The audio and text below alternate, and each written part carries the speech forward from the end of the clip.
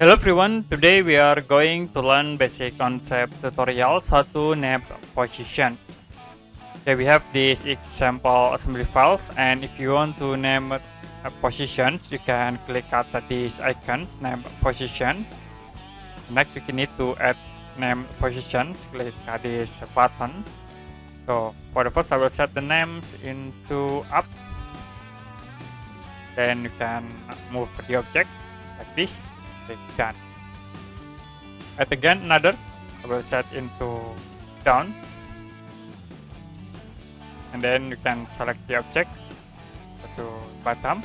Click done. So if you right click in up and then apply name position, it will be automatically moved to up. And you can right click again, apply name position, it will move into down.